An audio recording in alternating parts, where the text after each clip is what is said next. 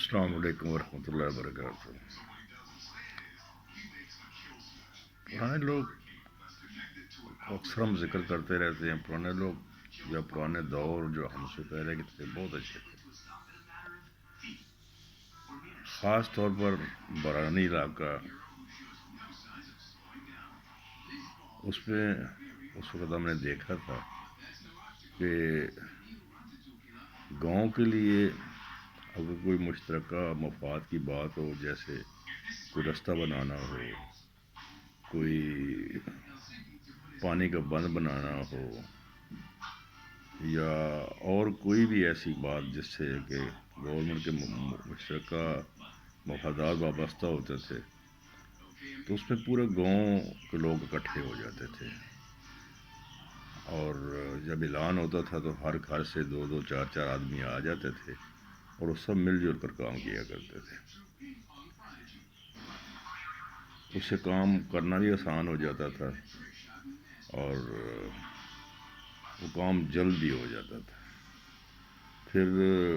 اکثر کبھی ایسا ہوتا تھا کہ گھر کسی آدمی کو پرسنلی بھی ضرورت پڑ گئی تو وہ گاؤں میں اطلاع دیتا تھا کہ لوگ کل آئیں، میری فصل کاٹنی ہے، یا میرا فلاں کام دیوار بنانی ہے، یا اور کوئی ایسا کام۔ اس زمانے میں لوگوں کو بنگارے کہتے تھے۔ بنگارے ایک مخصوص علاقے کی زبان کا لفظ ہے، تو لوگ پھر آ جایا کرتے تھے اور ان کے لیے کھانے کا اہتمام کر دیا جاتا تھا، اور اس میں پھر وہ سب مل جل کر کام کرتے تھے۔ تو آج میرا خیال ہے ہمیں ونگار تو بلانے کی ضرورت نہیں، اب تو لوگ بڑے باشعور ہو گئے ہیں، ہر چیز کو سمجھتے ہیں، ہر چیز دیکھ رہے ہیں، ہر چیز معلومات ان تک پہنچ رہی ہیں، ان کے کانوں تک پہنچ رہی ہیں۔ تو آج آپ دیکھیں کہ ملک میں کون سی ایسی چیز ہے جو غلط نہیں ہو رہی، چاہے وہ کوئی بھی ہے، ہر چیز برباد ہو کے رہ گئی ہے۔ میرا خیال اگر میں کہوں کہ ہم اخلاقی طور پر انتہائی گر چکے ہیں، تباہ ہو چکے ہیں، برباد ہو چکے ہیں، کون سی ایسی کرپشن ہے جس کا میں نام لوں اور وہ پاکستان کے اندر نہیں ہے؟ تو اس کے لیے بھی آج ایک پوائنٹ پر اکٹھا ہونا سب کے لیے بہت ضروری ہو کر رہ گیا ہے۔ اور پہلے لوگوں کو تو ہم بنگارے کہتے تھے، لیکن اب بنگارے کی لوڑ نہیں ہے، اب تو لوگ بہت زیادہ بچہ بچہ سمجھ رہا ہے آج کے کہ ان چیزوں کو ختم کرنے کے لیے ہمیں پھر ایک دفعہ اکٹھا ہونا پڑے گا۔ جب تک ہم خود اکٹھے نہیں ہوں گے، نہ حکومتیں کچھ کر سکیں گی، نہ کوئی اور کچھ کر سکے گا۔ تو ان چیزوں کو اکٹھا ختم کرنے کے لیے ہم نے سب مل جل کر مشترکہ کوششیں کرنی ہیں۔ یہ مشترکہ کوشش ہی ہماری ان چیزوں کا سد باب کر سکتی ہے۔ جیسے کوئی بھی ہے، ہمیں اگر پتہ چلتا ہے کہ فلاں آدمی جو ہے، یعنی مہنگائی تو ایک علیحدہ مسئلہ ہے کہ مہنگائی تو ہے ہی ہے، کوئی شک والی بات نہیں ہے، لیکن اس کے باوجود مہنگائی کو اگر دیکھا جائے تو اگر کم از کم اس میں تھوڑا سا حکومت کی پارٹیسپیشن آ جاتی ہے کہ کم از کم اس چیز تو صحیح پہنچ جائے ہم تک۔ اگر پیٹرول کی بات کریں تو پیٹرول آپ دیکھیں کہ ہر پیٹرول کا ان کا ایک پروٹوکول بن گیا، موٹو بن گیا کہ آپ تیل ڈلوانے جاتے ہیں تو ان کا جو ورکر ہوتا ہے وہ کہتا ہے جی 0 میٹر چیک کرے۔ 0 میٹر کیا چیک کرے جب آپ نے مشین ہی غلط کی ہوئی ہے، جب آپ کی وہ مشین تیل ہی صحیح نہیں دے رہی ہے بندے کو۔ اگر فرض کر لو میں 1 لیٹر تیل لینے کے لیے گیا ہوں، میں نے پیسے بھی ادا کر دیے اس مہنگائی کے، تو اس کے باوجود اگر مجھے وہ 0.25 لیٹر ملتا ہے یا چند پوائنٹ کم ملتا ہے تو کیوں؟ اگر میں دودھ لینے جاتا ہوں تو دودھ کے نام کے اوپر مجھے پتہ نہیں کیا کیا کیمیکل کھلائے جا رہے ہیں اور ہماری پوری قوم کو برباد کیا جا رہا ہے۔ اسی طرح مرغی لینے جاؤ تو مری ہوئی مرغیاں بک رہی ہیں، یعنی ہم برباد ہو کے رہ گئے ہیں۔ دوسرے لفظوں میں اگر میں یہ کہوں کہ ہم اخلاقی پستی کی انتہائی نیچے چلے گئے ہیں، اس میں کوئی شک والی بات نہیں ہوگی۔ آج دیکھیں، ایک دور ہمارا دور تھا کہ ہم لوگ صبح سے لے کر شام تک، آپ یقین کر لیں، گھر سے باہر نکلے ہوتے تھے اور ہمارے والدین کو کوئی فکر نہیں ہوتی تھی۔ آج میرا بچہ نکل جائے باہر، میرا چھوٹا پوتا پوتی کو باہر نکل جائے تو ہمیں فکر لگ جاتی ہے کہ وہ فلاں کدھر گیا ہے، اس کو دیکھو۔ کوئی پتہ نہیں چلا، گلی سے بچے غائب ہو رہے ہیں، گلی میں آپ بیٹھیں، گلی میں ڈاکے پڑ رہے ہیں۔ یہ کس نے کرنا ہے؟ ٹیکس تو ہم سے لیا جا رہا ہے، زبردستی بھی لیا جا رہا ہے اور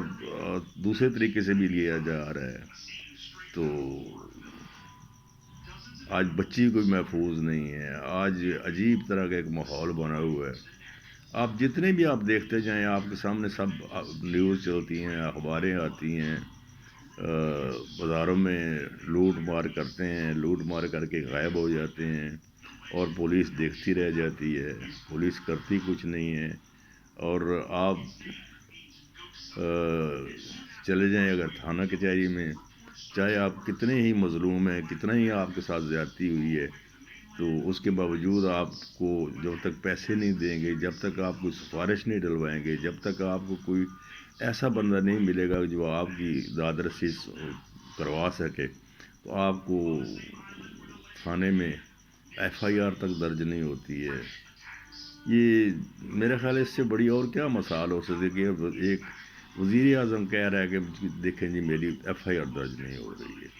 حالانکہ FIR ایک ایسی چیز ہے کہ وہ تو ہر بندے کے ایک حق ہے۔ اگر میں گیا ہوں تھانے داد رسی کے لیے، تو ان کا کام ہی وہ صرف بیٹھے ہوئے ہمارے لیے ہیں، ہم سے ہماری عوام کے پیسوں سے وہ تنخواہیں لے رہے ہیں لیکن ہم وہاں اگر تھانے میں چلے جائیں تو ہمیں ایسا سلوک ہمارے ساتھ ہوتا ہے کہ جیسے ہم نے کچھ چوری کر کے آ گئے ہیں، ڈاکہ مار کے آ گئے ہیں اور ہم تھانے کے اندر آئے ہیں، اور وہ سب سے پہلا سلوک تو ہم سے یہ کرتے ہیں۔ تو غرض یہ ہے کہ اس وقت پھر دوبارہ وہ گارے کا دور آ گیا ہے۔ قوم کو پھر ایک پیج پر کھڑا ہونا پڑے گا، ایک طرح ان کو جو ذمہ دار ہیں ان سے پوچھنا پڑے گا کہ یار ہمارے ساتھ یہ کیوں سلوک ہو رہا ہے؟ یہ ملک تو ہمارے لیے بنایا گیا تھا نا، تو جب ہمارے لیے یہ بنایا گیا تھا تو ہم سے یہ سلوک کیوں؟ اور جو شاید اس ملک میں بنانے میں شامل بھی نہیں تھے، وہ اس پورے پاکستان کے ایک باعزت لوگ ہیں، وہ اگر تھانے کچہری تو جانے کی ضرورت ہے، بلکہ تھانہ خود چل کے ان کے پاس آ جاتا ہے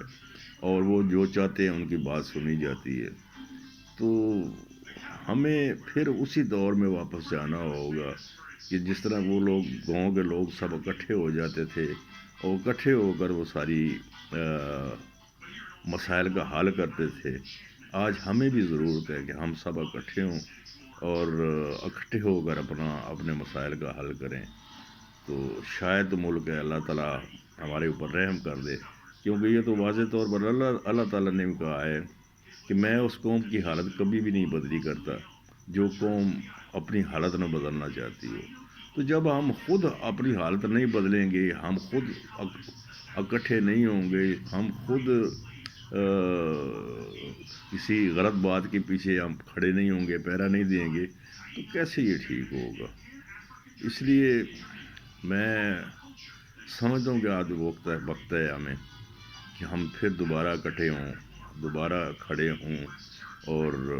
اس ملک کو سنوارنے کے لیے، اس کو اپنا گھر سمجھ کے اس ملک کو سنوارنے کے لیے ہر چیز یعنی صوبائی عصبیت سے باہر نکل کر اور زبانوں کی عصبیت سے باہر نکل کر، قوموں کی عصبیت سے باہر نکل کر ہم ایک کھڑے ہوں کہ ہم صرف چونکہ اللہ کو ماننے والے لوگ ہیں، ہم مسلمان ہیں، ہمارا خدا ایک ہے، ہماری کتاب ایک ہے، ہمارا رسول ایک ہے، تو پھر شاید ممکن ہے کہ یہ ملک سنور جائے۔ ورنہ